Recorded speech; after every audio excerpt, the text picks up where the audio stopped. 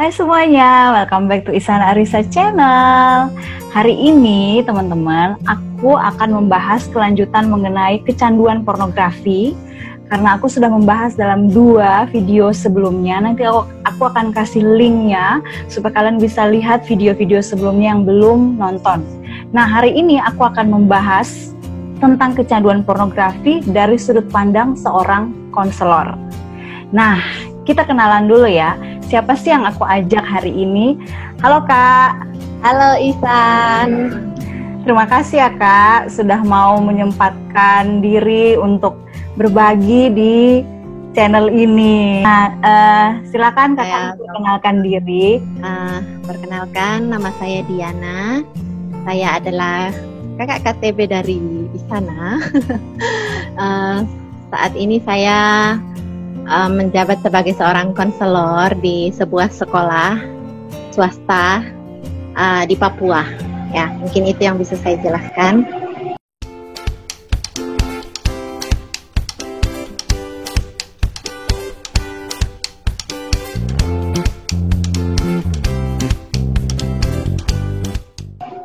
Ya Kak, ya benar teman-teman, Kak Diana ini adalah KKTB aku ya teman-teman. Jadi sebenarnya sangat grogi mau membuat video dengan kakak KTB karena takut salah ngomong.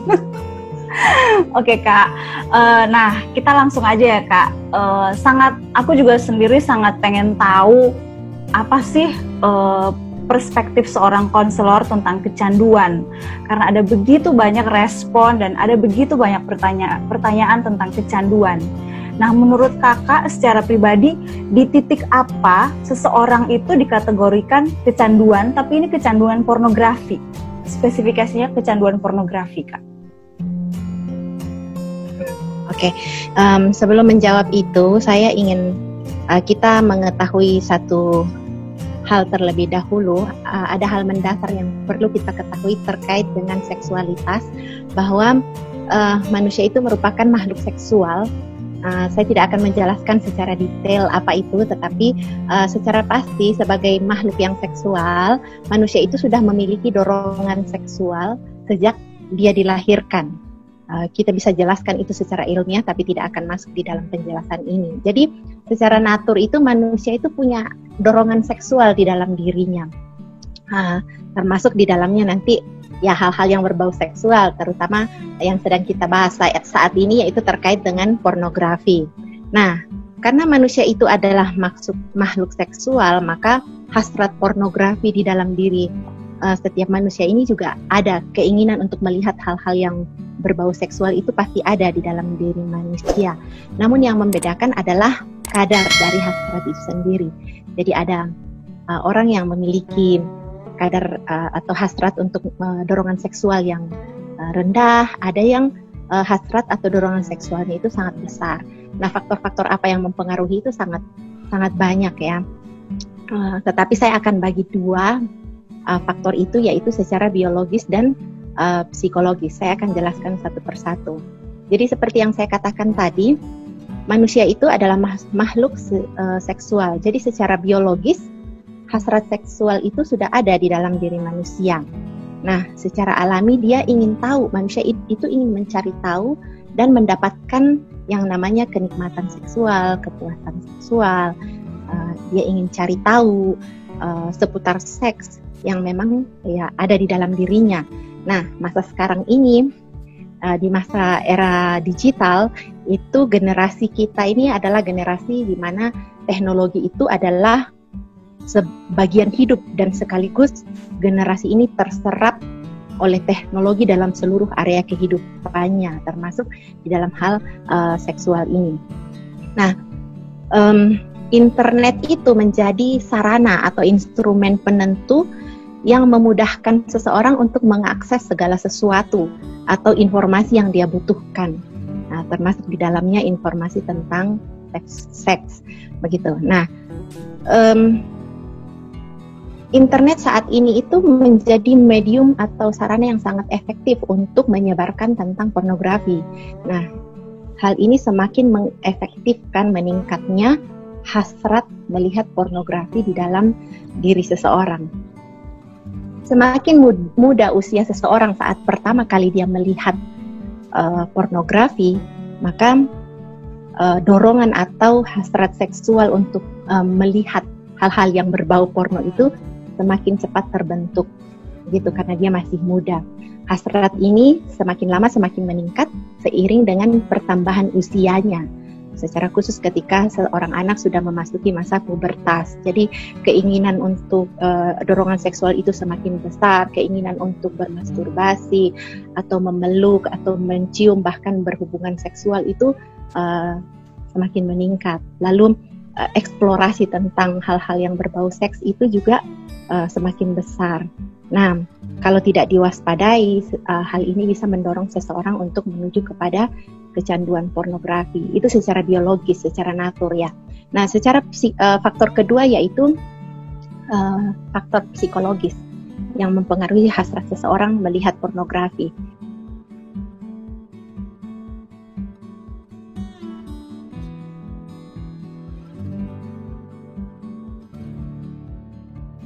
Ada penelitian yang melihat adanya keterkaitan antara kebutuhan-kebutuhan psikologis dan emosional yang dapat melatar belakangi hasrat remaja menggunakan pornografi. Remaja dengan perilaku bermasalah dikatakan menggunakan pornografi online untuk memberikan figur bayangan semu yang dapat mengisi kebutuhannya akan keintiman, kasih sayang, dan untuk mendapatkan efek kesenangan yang ditimbulkan oleh pornografi. Karena biasanya di dalam dunia nyata atau di dalam relasi mereka itu disakiti.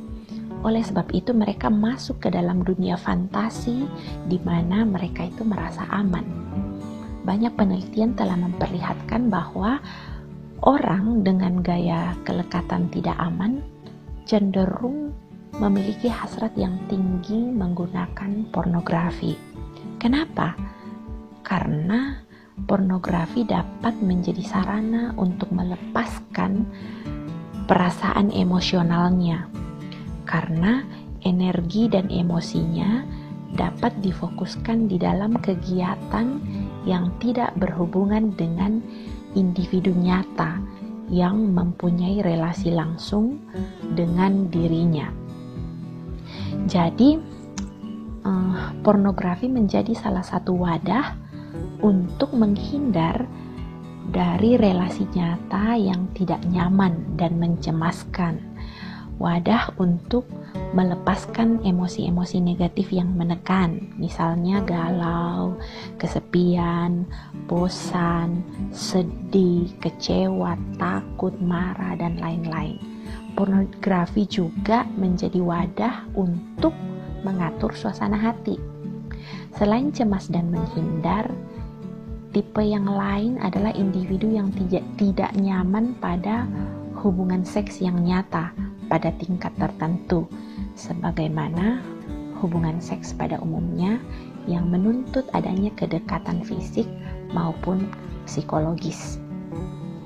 Jadi, pornografi ini menjadi sarana pengalihan diri. Semakin tidak aman seseorang dengan relasinya di dunia nyata, maka dia akan semakin mencari pornografi sebagai sarana untuk mengalihkan diri. Jika tidak diwaspadai, maka hal ini akan membawa seseorang kepada kecanduan. Orang yang memiliki hasrat pornografi yang tinggi akan sangat rentan untuk menjadi orang yang kecanduan terhadap pornografi. Seseorang dikatakan kecanduan pornografi jika dia melihat pornografi itu secara berlebihan dan kompulsif atau bersifat memaksa yang berdampak di dalam kehidupannya sehari-hari, baik secara kognitif dan perilaku, sosial, dan atau emosional. Walaupun masalah-masalah tersebut muncul, dia tidak dapat mengontrol dirinya untuk tidak melihat pornografi. Jadi, Kecanduan terjadi ketika adanya penggunaan yang berlebihan terhadap pornografi, sehingga menimbulkan konsekuensi negatif di dalam kehidupan pelaku pornografi. Gejala perilaku kecanduan pornografi ini memiliki kemiripan dengan gejala perilaku kecanduan obat-obatan, perjudian, dan game online. Gejala-gejala tersebut diantaranya adalah yang pertama, pornografi menjadi satu-satunya yang ada di dalam pikiran seseorang. Jadi dia terbayang-bayang terus, menanti-nantikan untuk ingin melihat kembali, dan mendominasi seluruh kehidupannya, baik di sekolah, di tempat kerja, saat dia melihat seseorang atau pasangannya. Dia kehilangan minat terhadap hobi dan kesenangan lain yang sebelumnya sering dia lakukan, kecuali melihat pornografi. Jadi ciri pertama itu adalah pornografi ini menjadi satu-satunya yang dia pikirkan dan mengendalikan seluruh hidupnya, yang membuat dia kehilangan minat terhadap hal-hal yang lain, kesenangan lain yang biasanya dia suka lakukan. Ciri yang kedua atau gejala yang kedua adalah terjadi modifikasi suasana hati, di mana seseorang itu merasa suasana hatinya berubah ketika melihat pornografi. Ketika dia stres, dia menjadi tenang. Ketika dia sedih, dia menjadi gembira. Ketika marah, dia menjadi tidak marah. Ketika dia bosan, dia malah menjadi bergairah, bersemangat. Itu contoh terjadinya modifikasi suasana hati. Gejala yang ketiga dari orang yang mengalami kecanduan adalah adanya peningkatan jumlah waktu yang dipakai untuk melihat pornografi, supaya modifikasi suasana hati tetap terjadi.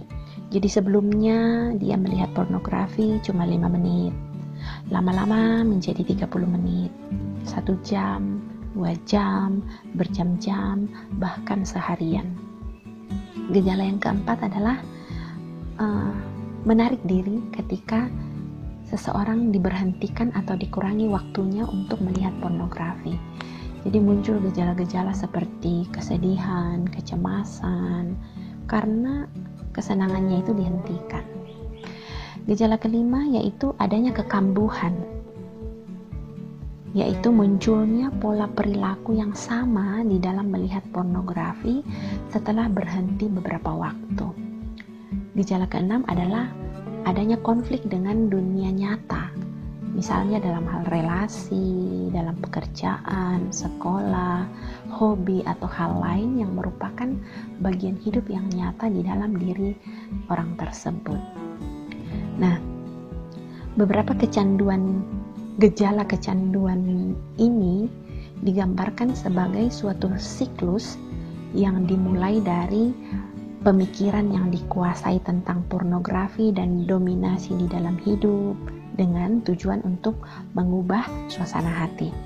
Suasana hati yang berhasil diangkat oleh pornografi menyebabkan peningkatan toleransi intensitas di dalam menonton.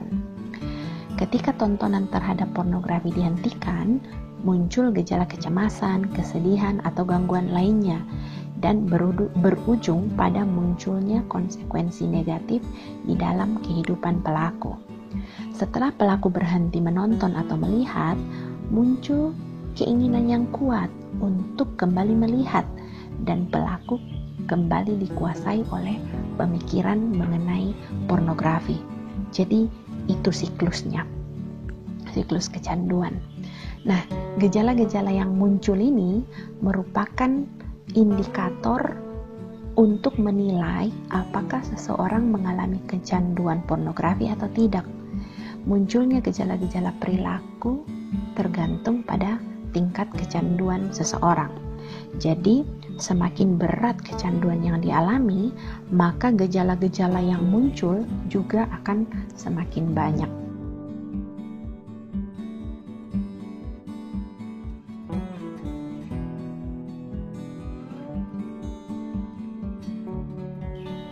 Dosa tidak memandang usia dan status pernikahan. Siapapun bisa jatuh ke dalam kecanduan pornografi, baik yang sudah ataupun belum menikah. Orang yang sudah menikah dan mengalami kecanduan pornografi, kemungkinan besar sudah sering melihat pornografi sejak dia belum menikah. Di awal pernikahan mungkin hal itu tidak terlihat karena dia tidak ingin pasangannya tahu, atau memang dia sudah berupaya untuk menghentikan kecanduan atau kebiasaan melihat pornografi ini sesaat sebelum dia menikah. Namun jika selama ini hal itu belum dibereskan secara tuntas, maka pada saat ada pemicu, dia kembali lari ke pornografi. Pemicu itu antara lain stres tentang sesuatu hal, misalnya konflik di dalam pernikahan, sering bertengkar, kehidupan seks yang tidak memuaskan, masalah pekerjaan, anak, dan lain-lain. Saat ada pemicu, maka dia mencari sarana pengalihan diri. Dan hal yang dia tahu selama ini sebelum menikah adalah pornografi. Seperti yang saya katakan sebelumnya, manusia adalah makhluk seksual yang memiliki dorongan seksual di dalam dirinya. Dia akan terus berupaya untuk memenuhi dorongan seksual itu. Awalnya dia ingin mencari variasi dengan pasangannya untuk berhubungan seksual. Tapi karena pornografi yang dia lihat lebih menarik, maka dia lebih suka untuk melihat itu dibanding melakukannya dengan istrinya. Ataupun dia berusaha menerapkan apa yang dia lihat di dalam pornografi itu di dalam kehidupan seksualnya bersama istrinya. Tetapi sebenarnya hal itu merugikan pasangannya.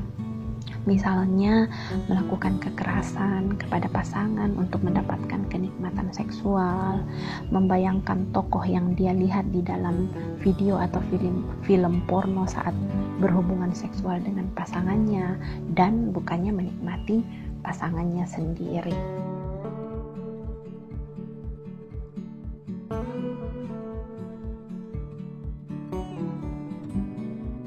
Tidak ada perbedaan.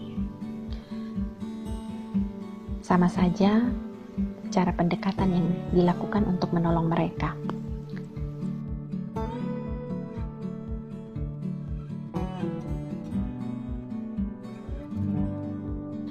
Hal pertama yang perlu disadari adalah bahwa pornografi itu memiliki banyak sekali dampak merugikan di dalam diri seseorang, baik secara fisik, kognitif, relasi, psikologis, dan spiritual. Kecanduan pornografi ini memberi dampak negatif di dalam perilaku seseorang, cara pandang dia terhadap seks, fisiknya maupun juga psikologisnya, dan juga relasi sosial maupun spiritualnya. Contoh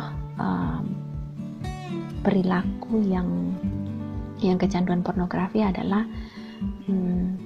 remaja laki-laki yang menonton kekerasan di dalam materi pornografi, itu akan memiliki perilaku agresif yang semakin meningkat, bahkan bisa melakukan pemerkosaan, lebih agresif secara seksual, dan lebih sering terlibat di dalam kasus-kasus kriminal lainnya. Remaja dalam perilaku seksnya cenderung terlibat dalam seks yang berisiko, misalnya memiliki beberapa pasangan seks. Mereka juga melakukan praktek-praktek seks yang mungkin tidak dipertimbangkan sesuai dengan nilai-nilai komunitas, misalnya seks anal, oral seks, dan homoseksualitas. Remaja juga atau orang-orang yang kecanduan juga sering berorientasi pada kegiatan-kegiatan seks. Jadi mereka bermasturbasi, onani, seks bebas, dan sering melihat internet. Mereka juga di dalam perilaku mereka itu timbul berbagai masalah dalam penggunaan waktu. Dampak kecanduan pornografi terhadap cara pandang seseorang, dia juga akan menganggap melihat dirinya dengan cara yang berbeda. Seorang remaja pria akan takut bahwa dirinya tidak mampu tampil seperti aktor yang dilihatnya di dalam film pornografi. Sedangkan bagi remaja wanita, mereka cenderung melihat dirinya lebih rendah daripada yang mereka lihat.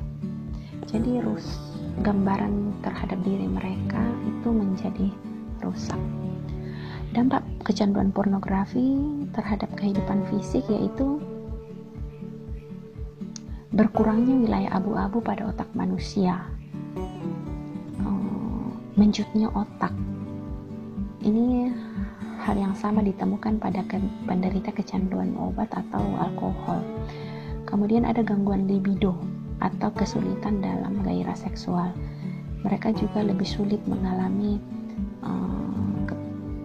ereksi dalam pasangan intim atau adanya kepuasan seks yang menurun pada usia dewasa karena mereka melakukan hubungan seks pada usia yang lebih dini.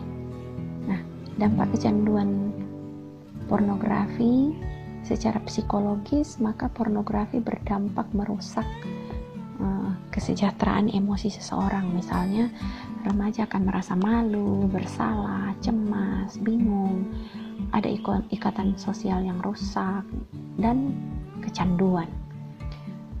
Dampak lain yang bisa ditimbulkan oleh penggunaan pornografi yaitu meningkatnya depresi. Kemudian secara sosial, dampak kecanduan pornografi yaitu kasih yang semakin berkurang kepada sesama. Orang-orang yang kecanduan pornografi tidak akan peduli dan empati kepada orang lain, misalnya korban pemerkosaan. Lalu hubungan suami istri juga menjadi rusak ketika seseorang mengalami kecanduan pornografi. Komitmen yang rendah terhadap pasangan, sulit dalam membangun hubungan dengan orang lain. Pada remaja biasanya mereka lebih suka menyendiri atau mengurung diri di dalam kamar. Kemudian menurunnya kemampuan untuk mengalami keintiman seks yang wajar dengan orang lain atau pasangannya.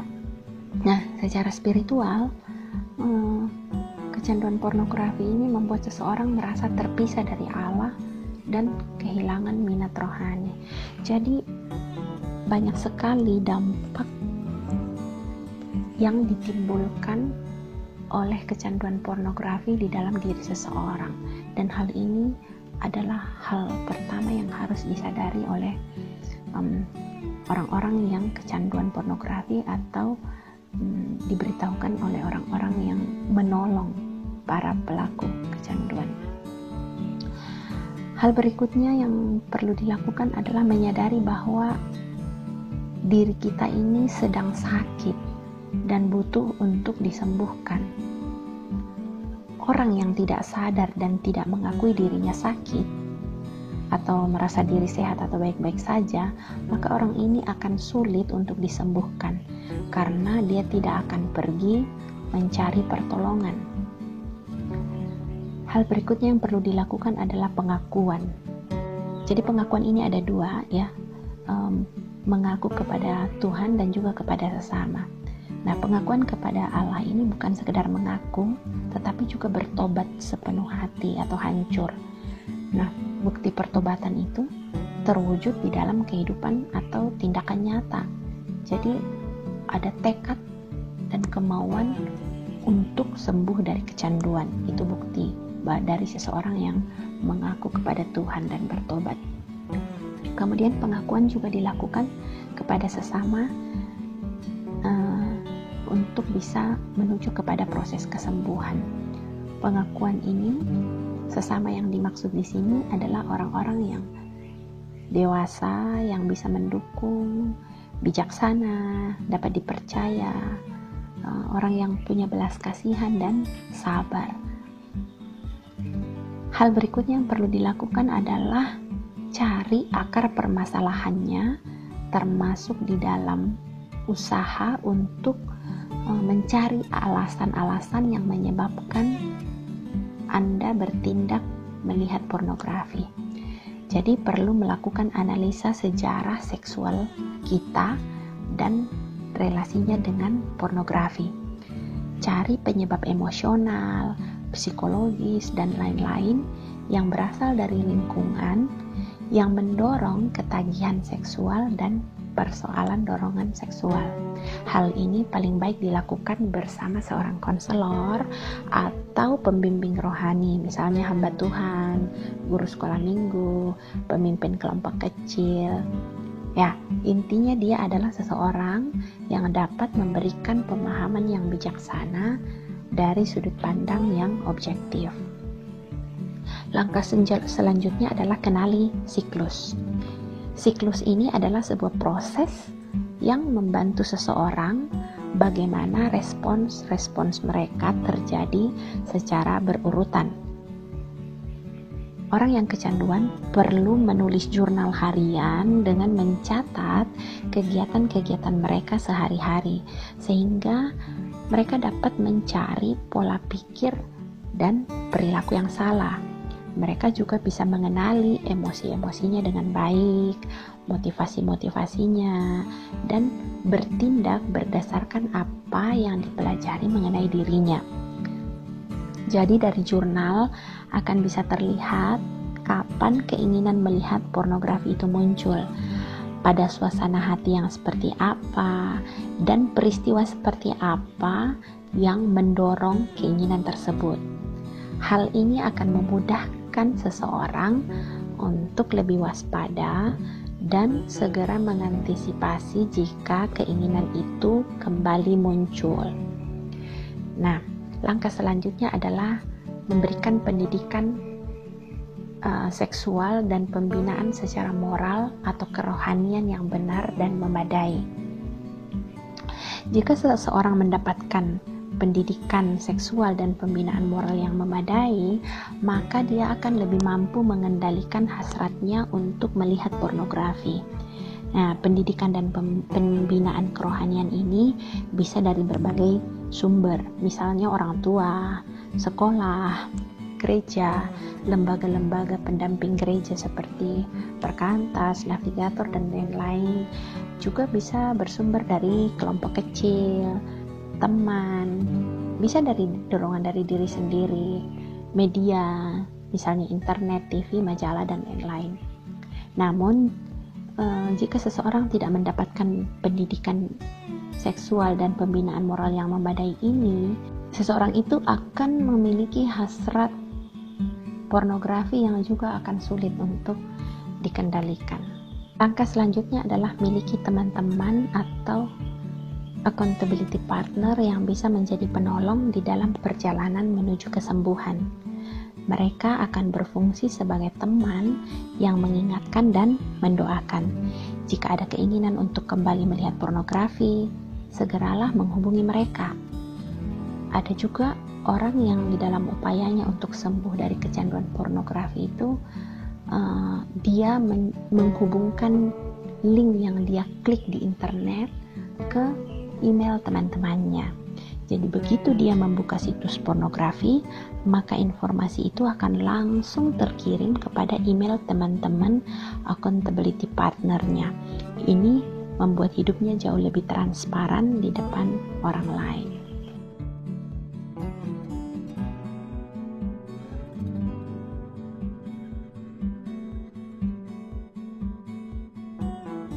Penelitian mengatakan bahwa remaja yang mengalami pelecehan seksual adalah mereka yang lebih banyak menggunakan materi pornografi di internet. Memang tidak tertutup kemungkinan bahwa salah satu penyebab seseorang kecanduan pornografi adalah karena pelecehan seksual yang dialaminya. Hal ini bisa dijelaskan secara ilmiah demikian. Seperti yang saya katakan tadi bahwa manusia adalah makhluk seksual yang secara natur manusia dilahirkan dengan kapasitas untuk menerima kesenangan serta potensi kematangan seksual penuh. Ada teori yang menjelaskan peran trauma serius seperti pelecehan seksual di dalam pengembangan perilaku seksual seseorang. Teori ini menjelaskan bahwa ketika pelecehan seksual terjadi, kebutuhan akan perhatian dan kasih sayang tercampur aduk dengan seksualitas. Jadi pada saat stimulasi fisik terjadi, misalnya pemerkosaan, anak-anak bingung membedakan antara rangsangan fisik dengan pelecehan seksual. Kebingungan ini kita dapat dipahami karena tubuh manusia memang bekerja merespons stimulasi fisik yang ada. Seperti yang saya jelaskan tadi, misalnya penis menegang, timbul cairan pelumas pada vagina. Nah, itu respon fisik itu muncul tapi tidak ada memberikan penilaian terhadap tindakan pelecehan itu sendiri. Seorang anak atau remaja yang mengalami pelecehan seksual belum memahami sepenuhnya apa yang terjadi dengan dirinya. Dia tidak mampu menjelaskan mengapa di satu sisi dia tidak merasa nyaman, tapi di satu sisi sepertinya tubuhnya berespons menikmati aktivitas seksual tersebut. Ketika pelecehan seksual itu terjadi secara berulang-ulang, ada kemungkinan si anak mulai dalam tanda kutip menikmatinya dan ingin mengulangi serta merasakan kembali kenikmatan seksual atau sensasi menyenangkan tersebut. Di kemudian hari, ketika dia melihat pornografi untuk pertama kalinya, hasrat seksual itu muncul dan terus berkembang seiring dengan perkembangan fisiknya, dan mungkin pada akhirnya mengarahkan dia pada kecanduan pornografi. Namun, saya harus katakan bahwa terlalu banyak aspek yang menyebabkan seseorang mengalami kecanduan pornografi. Jadi bukan hanya aspek itu saja. Sebuah penelitian terbaru 2 tahun yang lalu yang dilakukan oleh seorang rekan saya perlu menjadi perhatian kita, khususnya bagi mereka yang pernah mengalami pelecehan seksual. Beliau meneliti ada tidaknya hubungan antara pengalaman kekerasan masa lalu dan kelekatan remaja orang tua dengan hasrat menggunakan pornografi online pada remaja. Dari penelitian ini ditemukan bahwa tidak ada hubungan antara pengalaman kekerasan masa lalu, termasuk pelecehan, dengan hasrat menggunakan pornografi online pada remaja. Tidak adanya hubungan dapat dijelaskan melalui beberapa faktor, yaitu masa remaja itu adalah puncak perkembangan seksualitas. Karakteristik di usia remaja yang disebut sebagai masa eksplorasi, adanya budaya media. Pornografi itu adalah isu sensitif dan orang tua bekerja. Itu yang menyebabkan tidak adanya hubungan antara pengalaman kekerasan masa lalu dengan hasrat menggunakan pornografi online. Justru di dalam penelitian ini ditemukan bahwa ada pengaruh signifikan antara kelekatan remaja orang tua dengan hasrat menggunakan pornografi. Bagi mereka yang memiliki kelekatan yang aman secara emosi dengan orang tuanya, maka hasrat menggunakan pornografi ini kecil. Begitu pula sebaliknya. Bagi mereka yang mengalami pelecehan seksual lalu kecanduan pornografi, bisa jadi juga hal itu terjadi karena trauma dari pelecehan itu yang begitu berat dan sulit mereka tanggung. Mereka sangat terluka dengan relasi yang nyata. Namun di satu sisi sebagai manusia mereka memiliki dorongan seksual di dalam diri mereka. Nah, mereka akhirnya melarikan diri atau mengalihkan diri kepada relasi yang tidak nyata, yaitu pornografi yang tidak akan menyakiti mereka lagi seperti pelecehan seksual yang mereka alami sebelumnya. Nah, solusi untuk mereka yang mengalami pelecehan seksual lalu kecanduan pornografi ini sama dengan solusi yang diberikan kepada mereka yang kecanduan pornografi lainnya.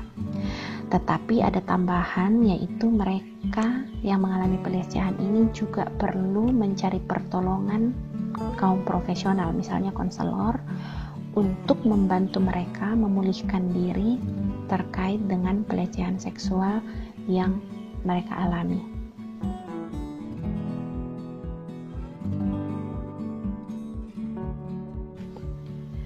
God wants us to be a victor, not a victim.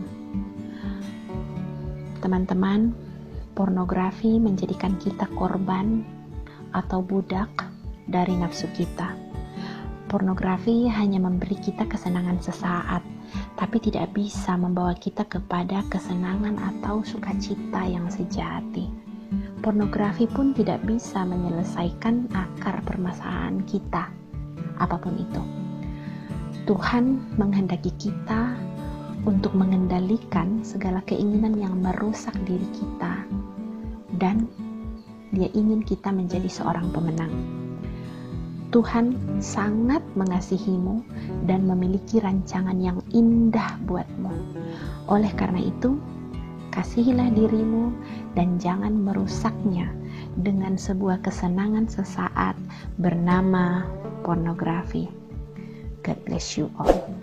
Terima kasih yang sudah menyaksikan video ini. Semoga memberkati ya. Jangan lupa subscribe juga. Dadah.